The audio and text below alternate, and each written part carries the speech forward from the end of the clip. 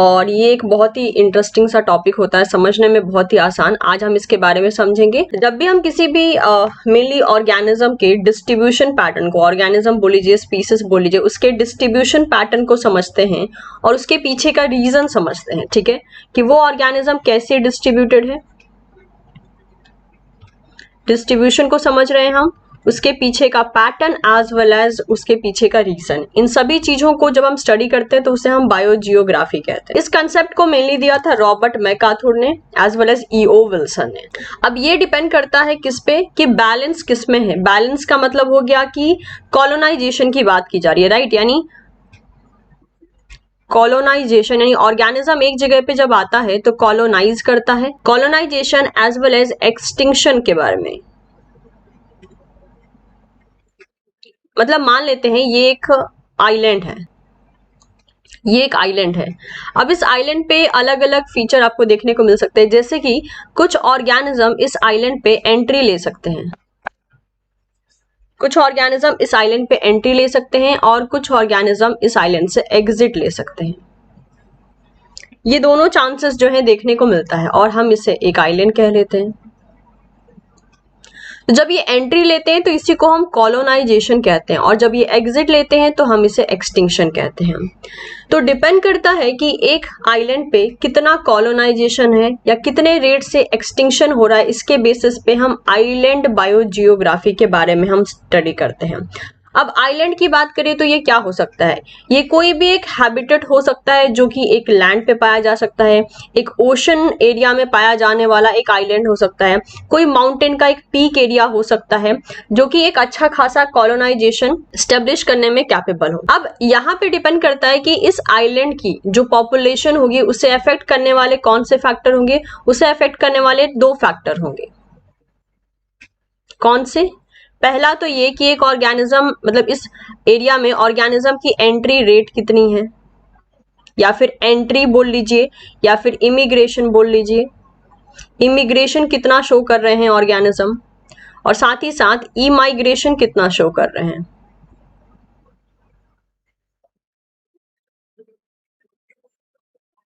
जिसे हम एक्सटिंक्शन भी कहते हैं।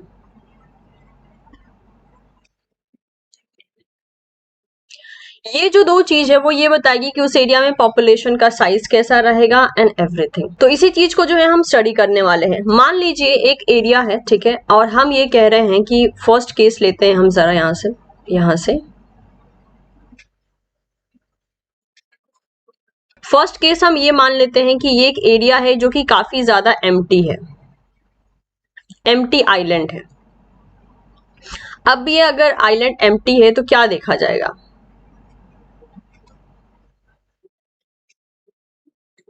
अगर स्पीसीज की एंट्री और एग्जिट के बारे में बात करें तो अगर ये आइलैंड एम्प्टी है तो हमें क्या देखने को मिलेगा।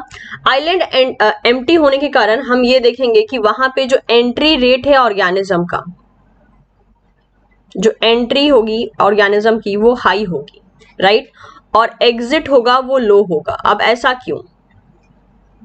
इसके पीछे दो तीन रीजन हो सकते हैं। क्योंकि ये आइलैंड एम्प्टी है, मतलब कि यहाँ जगह अच्छी खासी है, यहाँ पे कंपटीशन कम है, यहाँ पे रिसोर्सेज ज्यादा हैं। तो अब ऑर्गेनिज्म अगर इस एम्प्टी आइलैंड पे आता है तो वो ये देखेगा कि आज बिकॉज यहाँ पर मेरे रहने के लिए जगह अच्छी है, मेरे खाने के लिए यहाँ पर बहुत सारे रिसोर्सेस अवेलेबल है, साथ ही साथ मुझे यहाँ पे कंपटीशन नहीं करना पड़ रहा है, तो मैं यहाँ पर आराम से रह सकता हूँ। और यही चीज जो है मैक्सिमम ऑर्गेनिज्म को अट्रैक्ट करेगी, इसीलिए हमें एंट्री रेट इसकी हाई मिल रही है और एग्जिट रेट लो मिल रही है। मतलब कि ऑर्गेनिज्म उस एरिया में आएगा भी ज्यादा और जल्दी जाना भी नहीं चाहेगा, क्योंकि वहां पे रिसोर्सेज काफी अच्छे खासे हैं। सेकंड केस क्या आता है? सेकंड केस इसका पूरा उल्टा हम ले सकते हैं। केस 2, मान लीजिए कोई पॉपुलेटेड आइलैंड है, तब क्या होगा? अगर ये आइलैंड अच्छा खासा पॉपुलेटेड है तब पूरा उल्टा होगा। उल्टा कैसे होगा? सबसे पहले तो यहाँ पे जो ऑर्गेनिज्म है, क्योंकि ऑलरेडी ये मतलब कि पॉपुलेटेड है, मतलब ऑलरेडी यहाँ बहुत सारे ऑर्गेनिज्म है, तो देखने को ये मिलेगा कि यहाँ पर कोई ऑर्गेनिज्म जो है जल्दी एंट्री नहीं लेना चाहेगा, तो एंट्री यहाँ पर लो हो जाएगा। क्योंकि भीड़ भाड़ ऑलरेडी लगी हुई है, वहां पे ऑर्गेनिज्म क्यों जाएगा? उसको पता है वहां पर ऑलरेडी स्पेस कम है, खाने की अवेलेबिलिटी कम है, जो ऑर्गेनिज्म वहां पे रह रहे हैं वो ऑलरेडी कंपटीशन के लिए जो है बैठे हैं। तो इन सब रीजंस के कारण जो है कोई भी ऑर्गेनिज्म वहां पे ऑलरेडी अपनी एंट्री लो शो करेगा, और जो ऑर्गेनिज्म वहां पे ऑलरेडी एग्जिस्ट कर रहा है वो अपना एग्जिट हाई शो करेगा। ये सारे रीजंस हो सकते हैं जिसके कारण पॉपुलेटेड आइलैंड पे एंट्री रेट लो देखी जाएगी और एग्जिट रेट जो है वो हाई देखी जा सकती है। अब इस तरीके से देखिए, हमेशा याद रखिएगा एंट्री की जब भी हम बात करते हैं, whenever we are talking regarding the entry, entry के लिए हम कहते हैं नए स्पीसीज की एंट्री होगी, और एग्जिट कौन लेगा? Obviously existing species.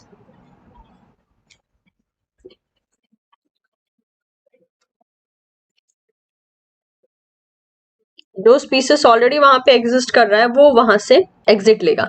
ये दो केसेस अभी बनते हैं, लेकिन खाली इतने दो नहीं बनते। ऑब्वियसली एक दो केसेस को हम यहाँ पे और डिस्कस कर सकते हैं with the help of some graph. अब इस एंट्री एग्जिट को समझने के अलग अलग तरीके हैं, जैसे कि अगर हम एक ग्राफ को इस तरीके से ड्रॉ करते हैं, सपोज कर लेते हैं,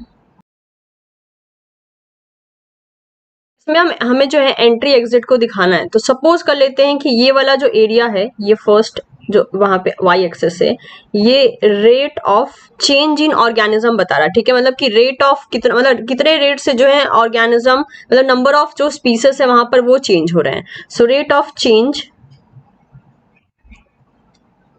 इन नंबर ऑफ स्पीसीज।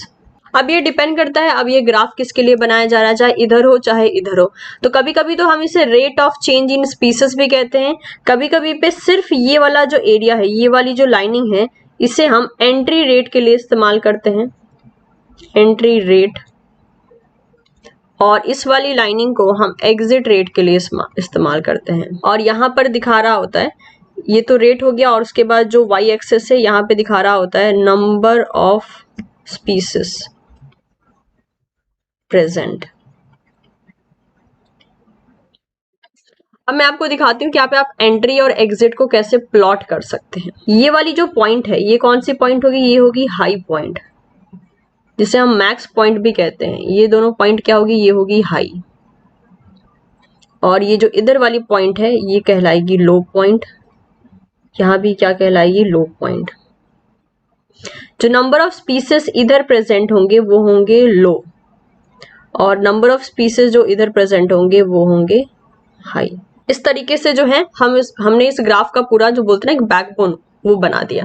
अब जरा हम समझते हैं कि यहाँ पर ऑर्गेनिज्म कैसे माइग्रेशन शो करेगा। तो मान लेते हैं इस एरिया में, जिस एरिया के लिए मैं ग्राफ बना रही हूँ, कोई भी एक एरिया कंसिडर कर लीजिए, एक्स आइलैंड कंसिडर कर लीजिए। इस एरिया में हाई एंट्री रेट है। अब हाई एंट्री रेट होगा तो शुरुआत टाइम में हाई एंट्री रेट है, यानी हम ये इमेजिन कर सकते हैं कि उस एरिया में जब एंट्री रेट हाई शुरू हुआ है तब वहां पर ऑर्गेनिज्म कम थे, यानी number of species present that will be less. तभी तो ज्यादा जगह है, इसीलिए ज्यादा एंट्री हो रही है। तो हाई एंट्री रेट है तो मैं इसको ऐसे दिखा सकती हूँ, राइट, इस पॉइंट से। लेकिन जैसे जैसे टाइम गुजरेगा और जैसे जैसे नंबर ऑफ स्पीसीज वहां बढ़ेंगे, वहां की एंट्री रेट लो हो जाएगी, इस तरीके से, राइट। और अगर मैं ये कहती हूं कि इसी पर्टिकुलर आइलैंड पे जो एग्जिट रेट है, ठीक है, एग्जिट रेट बहुत ज्यादा लो है। अब एग्जिट रेट लो है तो देखने को क्या मिलेगा, या फिर हाई हम ना कंसिडर करें, मीडियम में कंसिडर करें, तब क्या होगा? तो हम ये कह सकते हैं कि एग्जिट रेट हाई कब होगा? जब पॉपुलेशन का साइज बढ़ जाएगा। पॉपुलेशन का साइज कब बढ़ जाएगा? जब नंबर ऑफ स्पीसीज ज्यादा रहेंगे। तो हम इसको ऐसे बना सकते हैं कि मान लीजिए एग्जिट रेट लो मैं यहां दिखा रही हूँ, ये मीडियम में है, वैसे मिड में है, ये हम मिडिल में मान लेते हैं। मिडिल में मानने का मतलब हो गया एक ढंग से जो है एग्जिट रेट लो है। तो लो है तो हम इसको कुछ ऐसे बना सकते हैं। अब मैं आपको अगर इसको इस तरीके से दिखाती हूँ कि इस पे क्या चीजें हम प्रेजेंट कर रहे हैं। सपोज कर लेते हैं ये जो ये वाली पॉइंट है, ये वाली पॉइंट, ये क्या बता रही है? ये बता रही है कि जब पॉपुलेशन का साइज यानी नंबर ऑफ स्पीसीज का साइज हाई हो चुका है, उस टाइम पे क्या देखने को मिल रहा है कि जो एग्जिट है अभी भी लो दिख रहा है। राइट जब पॉपुलेशन का साइज कैसे हाई पता चला, देखिए ये इस पॉइंट पर है ना ये ग्राफ, तो जब पॉपुलेशन का साइज हाई है तो भी एग्जिट रेट लो है।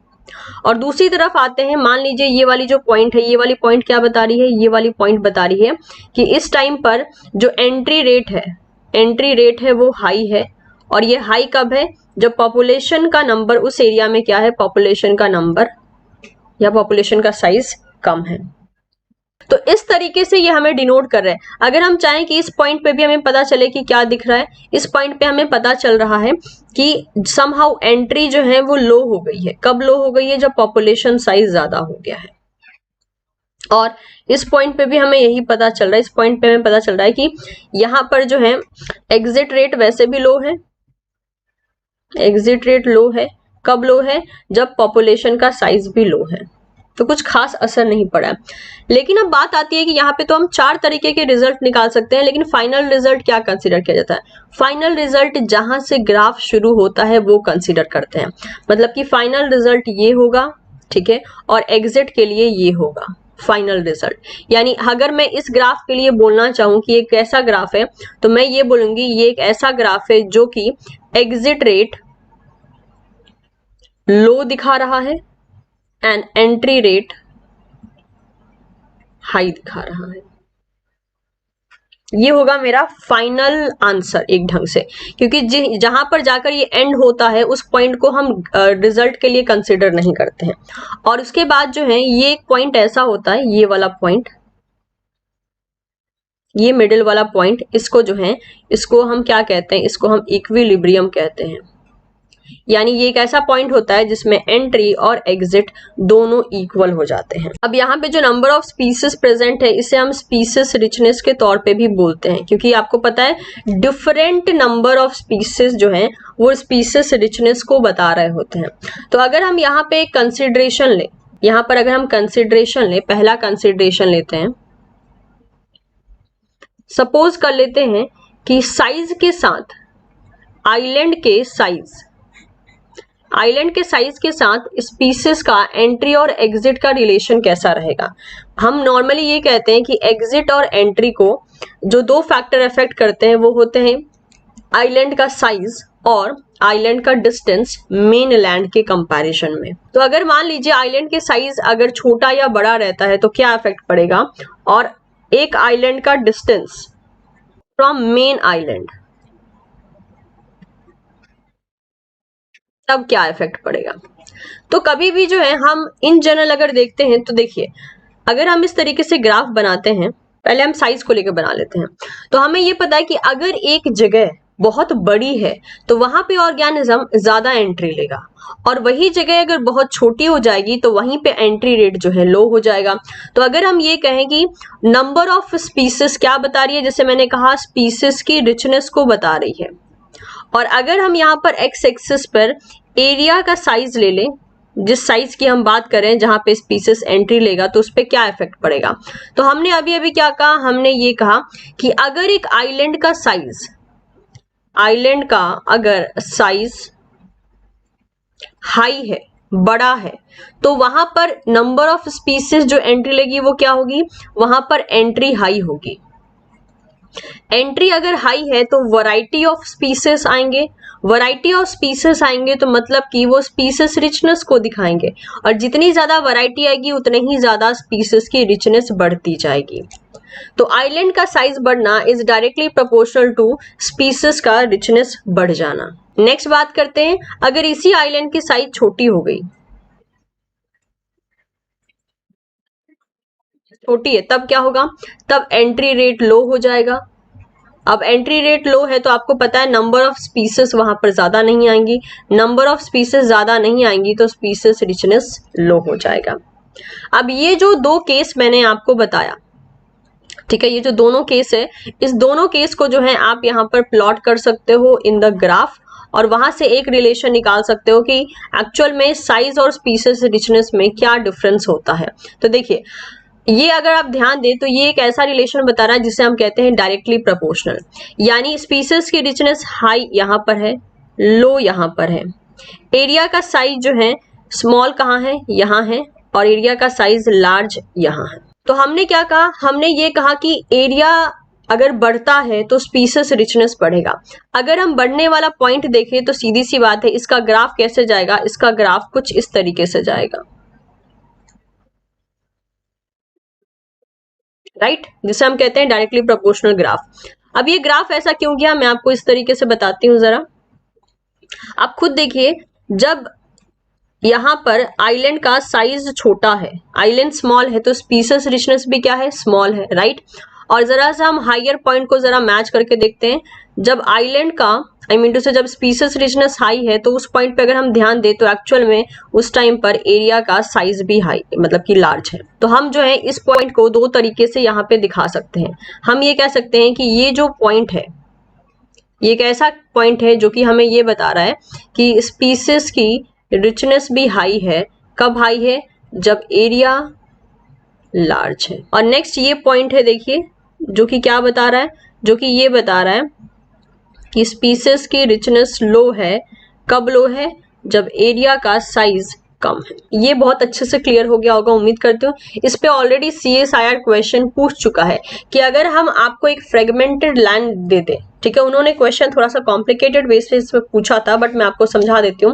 उन्होंने ये क्वेश्चन बोला था कि अगर हम आपको एक आइलैंड दे दें और उसको फ्रेगमेंटेशन में हमने फ्रेगमेंटेशन कर दिया है, तो बताइए जो आइलैंड डिस्ट्रीब्यूट हुए हैं वो अलग अलग साइज में डिस्ट्रीब्यूट हुए हैं।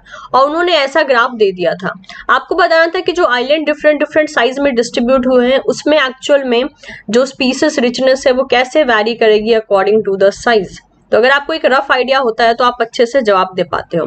चलिए अब देखते हैं डिस्टेंस पे कैसे ये चीज जो है इफेक्ट करती है। ठीक है, अब डिस्टेंस के बारे में बात कर लेते हैं। अब बात करते हैं डिस्टेंस के बारे में। वापस से हम यहीं पे स्पीसीज रिचनेस को ले लेते हैं और यहाँ पे हम दो आइलैंड के बीच का मेनली जो है एक ढंग से आप कह सकते हो डिस्टेंस ले लेंगे। तो इस पॉइंट पर स्पीसीज रिचनेस अगेन हाई है, इस पॉइंट पर अगेन लो है। इस पॉइंट पर अगेन जो है, अगर इसको हम डिस्टेंस कहते हैं, तो यहाँ पर डिस्टेंस लो है दो आइलैंड के बीच में और यहाँ पर डिस्टेंस क्या है, हाई है दो आइलैंड के बीच में। ठीक है, अब आप मुझे बताइए, आप खुद सोचिए, अगर जो एक मेन आइलैंड है, मेन आइलैंड से अगर सोर्स आइलैंड काफी दूर है तो उनके बीच में स्पीसीज का आना जाना कितना रहेगा। अगर एक आइलैंड दूसरे आइलैंड से डिस्टेंट लोकेशन पर है तो उनके बीच में जो स्पीसीज की एंट्री होगी वो क्या हो जाएगी।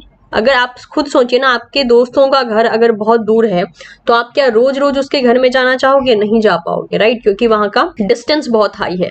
तो एंट्री लो होगी, सीधी सी बात है। कोई चीज बहुत दूर प्रेजेंट है, दो आइलैंड के बीच में अगर डिस्टेंस ज्यादा है तो उनके बीच में एंट्री कम होगी। एंट्री कम होगी तो यानी नए स्पीसीज कम आएंगे, नए स्पीसीज कम आएंगे, हेंस स्पीसीज रिचनेस घट जाएगी, कम हो जाएगी। नेक्स्ट बात करते हैं, अगर आइलैंड बहुत ज्यादा क्लोजर है या नियरर है, यानी दो आइलैंड बहुत ज्यादा एक दूसरे के क्लोज हैं, तब क्या होगा, तब यहाँ पर जो है एंट्री रेट हाई हो जाएगी। एंट्री रेट हाई होगी तो आपको पता है स्पीसीज रिचनेस भी क्या हो जाएगी, हाई हो जाएगी, क्योंकि जब स्पीसीज आते हैं तो अपने साथ वैरायटी ऑफ स्पीसीज को लेकर आते हैं। ये एक ऐसा ग्राफ है जो कि आपको इनवर्स रिलेशन बता रहा है, मतलब कि डिस्टेंस का बढ़ना स्पीसीज रिचनेस को कम कर रहा है, डिस्टेंस का कम होना स्पीसीज रिचनेस को बढ़ा रहा है। तो ऐसे ऐसे कंसेप्ट के लिए हम कैसा ग्राफ लेते हैं, हम मेनली इस तरीके का ग्राफ लेते हैं। ऐसे भी ले सकते हैं, ठीक है, आप चाहो तो इस ग्राफ को आप ऐसे भी प्लॉट कर सकते हो, कोई दिक्कत नहीं है, बात एक ही होगी। जैसे कि अगर हम देखना चाहें कि मान लीजिए ये जो पॉइंट है, ये वाली पॉइंट क्या बता रही है, ये पॉइंट बता रही है, अगर हम इसको मैच करना चाहें इस तरीके से, ये वाली पॉइंट ये बता रही है कि जब डिस्टेंस लो है यानी कम है तब स्पीसीज की रिचनेस क्या हो गई, हाई हो गई। और दूसरा पॉइंट कौन सा है, ये वाला पॉइंट, अगर आप इसको भी मैच करते हो तो आपको ये चीज दिखाएगी कि ये बता रहा है कि स्पीसीज रिचनेस क्या हो गई, लो हो गई। कब, जब डिस्टेंस क्या हो गया, हाई, यानी बहुत दूरी हो गई। और इस तरीके से जो है डिस्टेंस और साइज का रिलेशन होता है और ये डिपेंड करता है कि स्पीसीज कहाँ एंट्री ले रहा है और कहाँ एग्जिट ले रहा है। जैसे कि अगर मैं आपको एक केस देती हूँ, केस नंबर 3, क्योंकि दो केस हम ऑलरेडी बात कर चुके हैं एम्प्टी एंड पॉपुलेटेड आइलैंड को लेकर। केस 3 लेते हैं। केस 3 में मैंने आपको कंडीशन दिया है, मान लीजिए एक आइलैंड बहुत ज्यादा स्मॉल है, and it is far from mainland, तब क्या होगा?